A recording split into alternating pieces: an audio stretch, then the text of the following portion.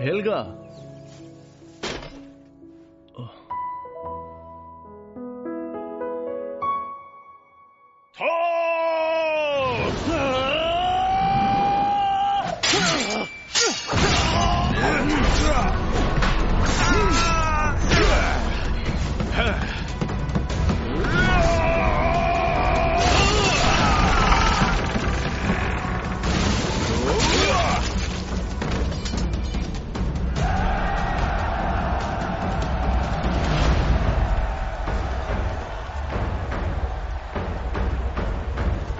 हमला होने पर भी तुम चुपचाप खड़े रहे।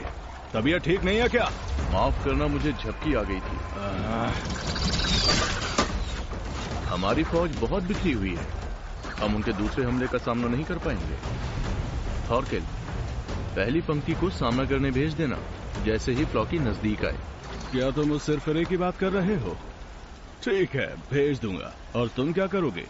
मैं दुश्मन को रोकने जा रहा हूं। उन्हें रोकोगे कैसे? वहां तक पहुंचोगे कैसे? वाह, क्या गजब की होती है। तुम वहां अकेले जा रहे हो?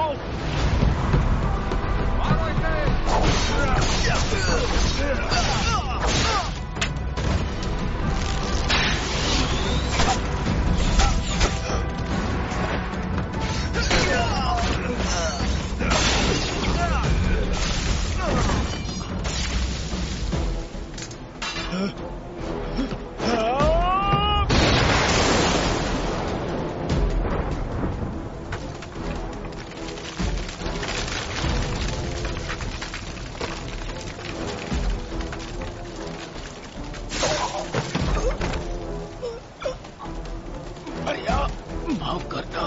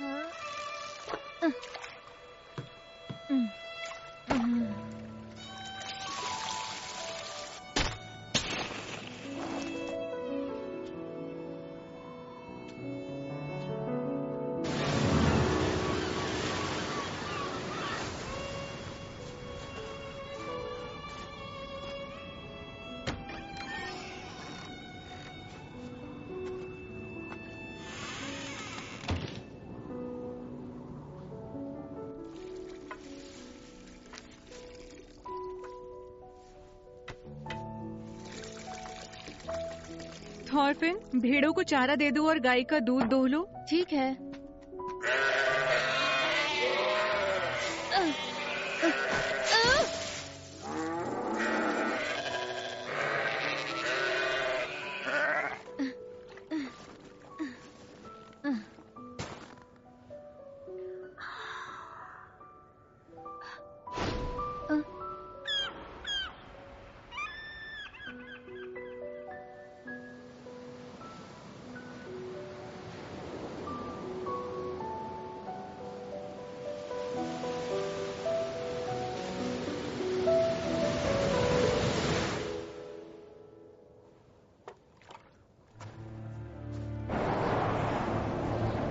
मार्कलैंड से चलने के बाद हमारा जहाज दक्षिण की तरफ और आगे बढ़ा। वहाँ की जमीन ज्यादा अच्छी है, ये हमें हवा के जरिए पता चल रहा था। हाँ।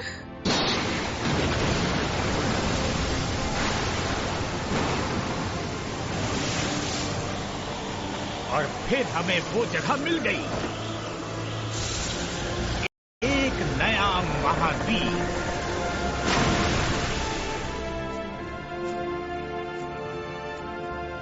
एक नई दुनिया जहाँ फलों की भरमार थी और धरती घास से ढकी हुई थी। उस धरती का नाम मैंने रखा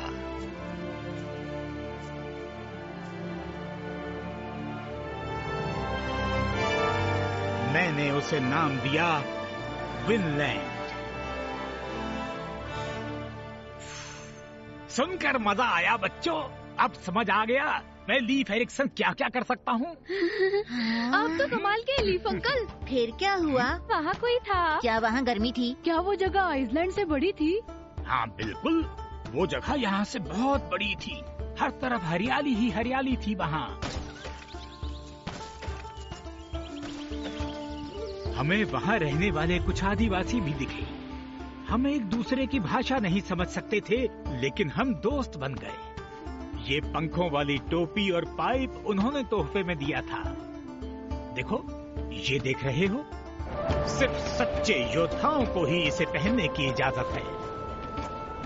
उन्होंने मुझे योद्धा समझा और ये तोहफे में दी। जब ये मुझे मिली तो मुझे बहुत खुशी हुई।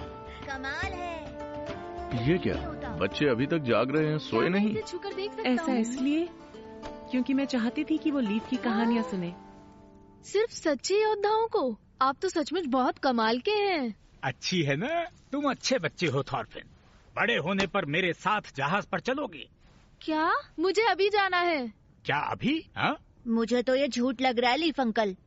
मेरे दादाजी ने बताया था कि पश्चिम की तरफ जॉर्मुनगंड रहते हैं और पास आने वाले किसी भी जहाज को निगल जाते हैं और उससे आगे कुछ भी नहीं है। बिल्कुल ठीक कहा। इसीलिए तो तुम्हें समझना चाहिए कि मैं क्या क्या कर सकता हूँ। देखो, ये इस बात का सबूत है कि मैं सच्चा योद्धा हूँ। आप योद्धा नहीं है, आपने कोई लड़ाई नहीं लड़ी। तुम कुछ नहीं समझते। सिर्फ लड़ाई के मैदान में जाने वाले ही योद्धा नहीं होते। नाविक हमेशा समुद्र की लहरों से लड़ते हैं, उनसे जूझते हैं। हाँ पता है। क्या पता है? सब कहते हैं कि आपकी मूछें तो हैं, लेकिन आप बच्चों जैसे हैं। आप इधर उधर तो जाते हैं पर लड़ाई में फिसड्डी हैं। तुम्हें विश्वास नहीं करना ना करो। थॉर्फिन, तुम्हें तो मुझ पर विश्वास है ना? तो तुम्हें भी लगता है कि मैं बस इधर उधर घूमने वाला बूढ़ा हूँ जो लड़ नहीं सकता? क्या तुम्हें भी मुझ पर विश्वास नहीं है? ओ, मेरे पिताजी एक सच्चे योद्धा हैं और मुझे इस बात पर पूरा विश्वास है।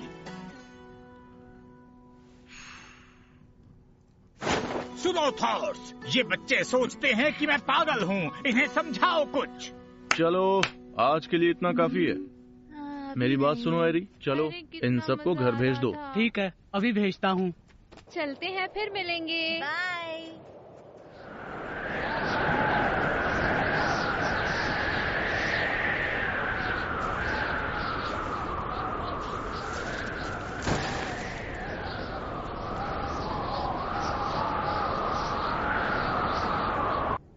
ग्रीनलैंड में बहुत से लोग ठंड से जमकर मर गए हैं। हाँ, इस साल बहुत जबरदस्त ठंड पड़ेगी। बहुत से जानवर मारे जाएंगे। परेशानी ये है कि जैसे जैसे उम्र बढ़ती जाती है, ठंड सहना मुश्किल हो जाता है। बहुत ठंड है।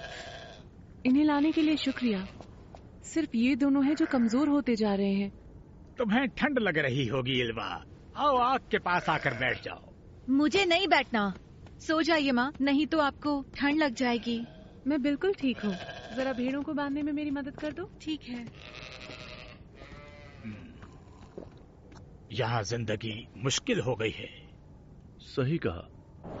कभी ऐसी सर्दियाँ भी आ सकती हैं कि कोई जिंदा ही ना बचे। मेरे देश में मेरा भाई किसी दूसरी जगह जाने की सोच रहा है। वो जगह दूर होगी ना? कुछ खास नहीं। मैं आना जाना एक साथ कर लेता हूँ।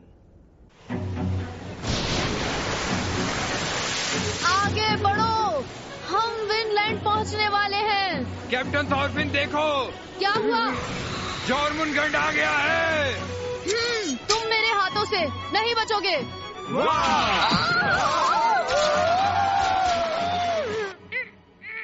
छोड़ो मुझे। उठो दीदी, यहाँ जगह नहीं है, अपने बिस्तर पर जाओ। क्या? मुझे नहीं जाना वहाँ।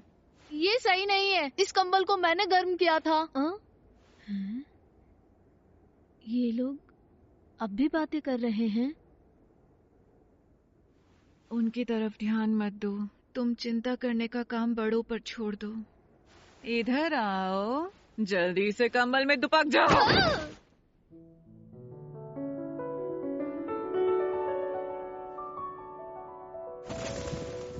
बहुत काम है। सुनिए पिताजी, हम लोग कोई गुलाम क्यों नहीं रख लेते? माँ की तबीयत ठीक नहीं है, मुझे घर के कामों में मदद करनी पड़ती है। हम गुलाम नहीं रखते, तुम हर साल यही पूछती हो। हाँ, आप बहुत ही अजीब हैं। हाँ।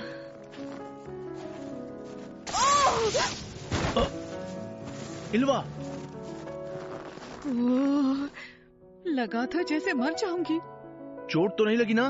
मैं ठीक हूँ। क्या हुआ? लगता है नीचे कुछ है। इल्वा,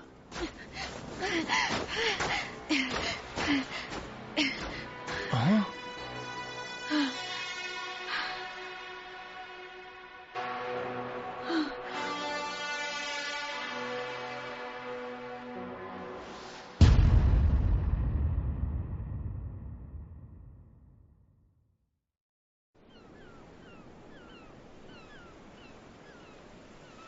लीफ अंकल, कल जो आपने कहानी सुनाई थी वो कितनी सच है? ये क्या कह रहे हो? पूरी कहानी सच है।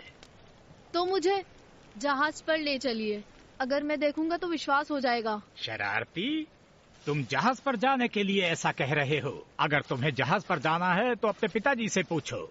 देखो, हमारा लड़ाई का जहाज वहाँ खड़ा है, जिसे हम कई पीढ़ियों से इस्तेमाल कर रहे हैं। मुझे यकीन है तुम्हारे पिता तुम्हें ये दे देंगे। पिताजी बहुत अड़ियल हैं, जब भी पूछता हूँ मना कर देते हैं। वो अड़ियल नहीं है।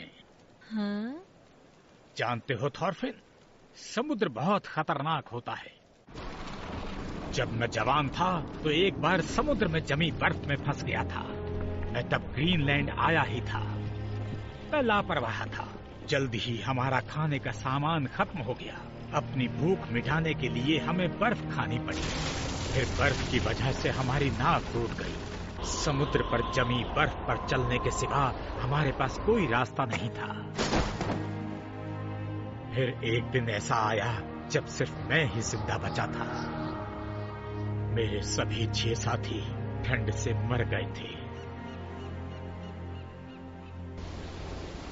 अगर ऐसा है तो जब हमें इतनी मुश्किलों का सामना करना पड़ता है तो हम इतनी दूर उत्तर में क्यों रहते हैं? हेल्गा, जल्दी से पानी गर्म करो। इल्वा, कंबल लेकर आओ। लाई। अरे नहीं, इसे क्या हो गया? ये बर्फ में दबा हुआ था।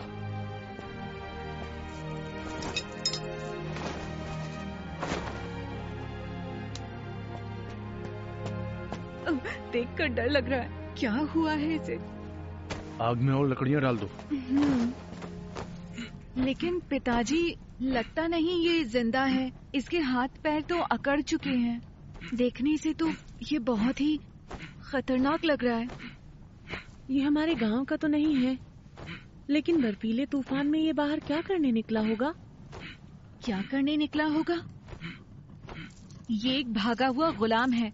अगर आप इसे छुपाएंगे तो मुश्किल में पड़ जाएंगे।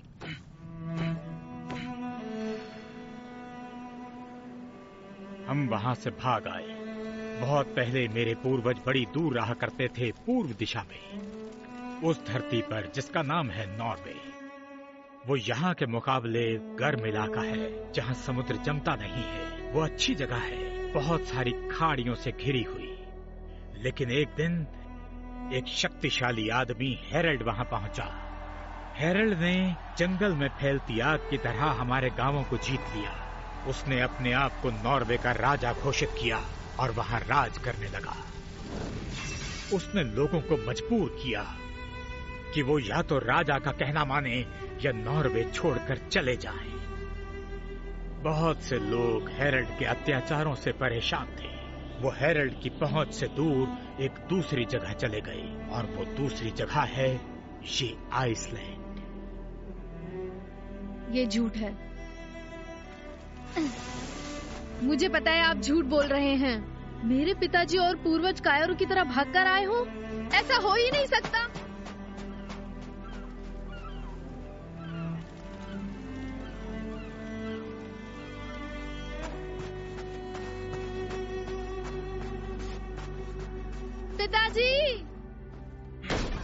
पिताजी, मेरी बात सुनिए।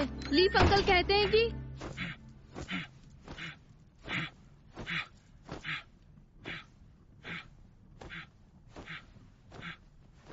थॉरफिन, तुम खेल कर आ गए?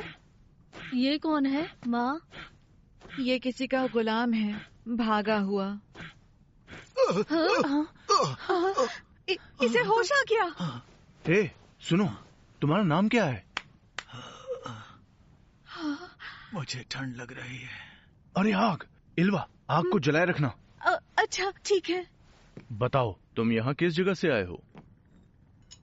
क्या तुम मुझे फिर से उसी जगह पहुंचा दोगे? हाफ डन के घर में। बोलो। Half done? तो तुम पहाड़ के दूसरी तरफ से आए हो? मुझे वहां रहना पसंद नहीं है, मुझे नफरत है। लेकिन उस जगह के अलावा कोई और ठिकाना नहीं है।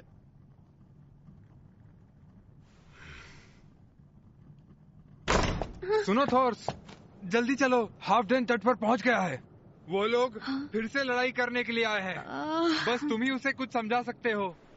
वो लोग तट पर आकर किसी गुलाम के बारे में बात कर रहे हैं। लीफ उनसे बातचीत करने में लगे हैं, लेकिन मुझे डर है कि हाफ डन लड़ाई शुरू कर देगा। जल्दी हमारे साथ चलो।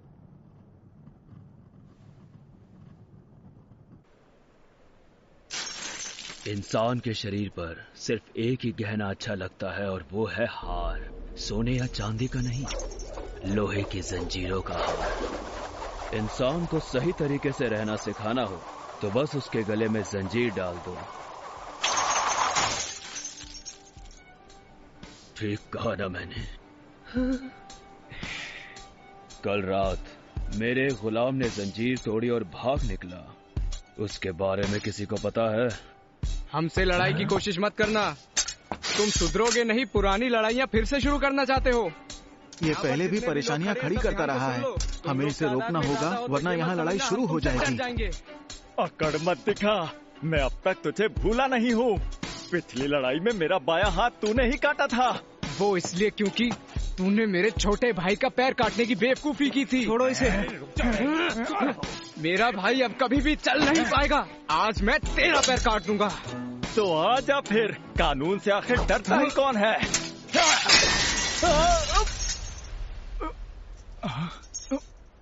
क्या कर रहे हो?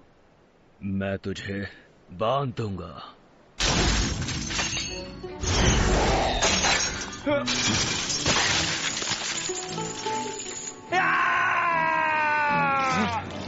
मैं किसी को कानून तोड़ने नहीं देता। कानून एक जंजीर है।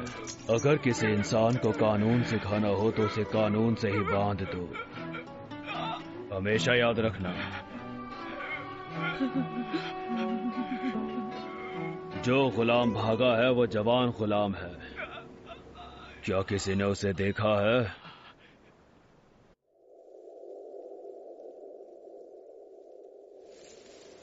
ये मैं कहाँ आ गया?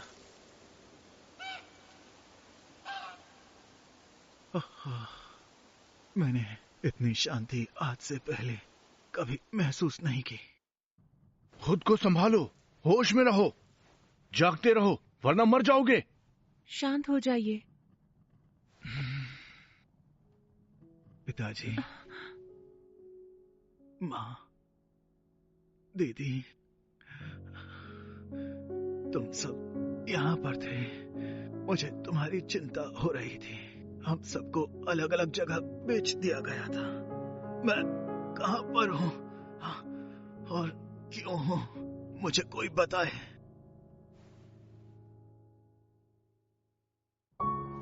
पश्चिम दिशा की तरफ समुद्र के उस पार एक जगह है जिसका नाम विनलैंड है। वहां यहाँ के मुकाबले गर्मी है, धरती उपजाऊ है। वो ऐसी धरती है जहां न गुलाम है न लड़ाइयां। क्या कहते हो? सुनो, किसी दिन वहां आना और फिर तुम हमारे साथ ही रहना। क्या कहा? विनलैंड? समझ गया। इस जगह का नाम है विनलैंड।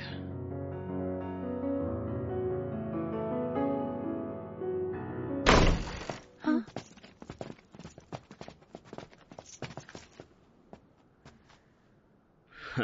मिल ही गया। इस तरह आने के लिए माफ करना थॉर्स। इस गुलाम का असली मालिक मैं हूँ। इसे मुझे दे दो। लेकिन पिताजी। थॉरफिन, मेरे साथ चलो। सुनिए हाफटन, क्या आप जानते हैं हम इसे छिपा नहीं रहे थे। जब आपका गुलाम मर रहा था तब हमने इसकी जान बचाई थी। हाफटन, इस आदमी के कितने पैसे दिए थे? हाँ, पिताजी आप ये पैसे की बात क्यों कर रहे हैं? 2 भेड़ें दी थी, वो भी जवान मादा। इसे मुझे दे दो, 3 भेड़ों में।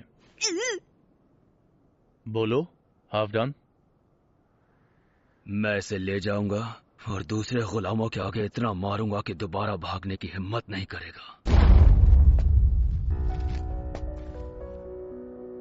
मैं 4 भेड़ें दूंगा। चुप करो, क्या तुमने सुना नहीं जो अभी हाफटन ने कहा है? हो जाओ।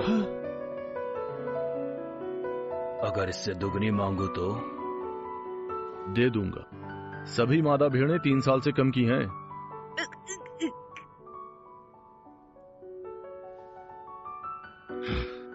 8 भेड़े एक अधमरे आदमी के लिए? फायदे का सौदा रहा। तो क्या हमें 8 भेड़ें देनी पड़ेगी उसे? मुझे यकीन है तुम सोच रहे हो कि तुमने इसे जंजीरों से आजाद कर दिया, लेकिन अब इसे लेकर कहां जाओगे?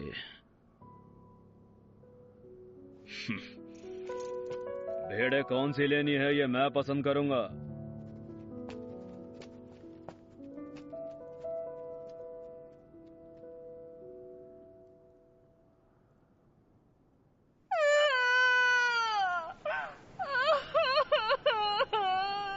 दीदी, आपको दुख हो रहा है?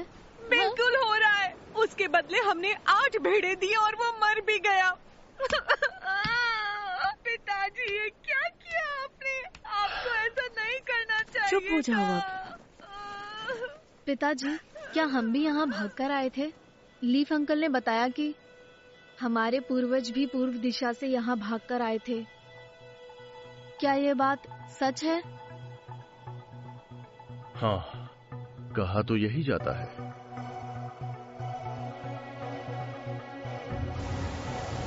तो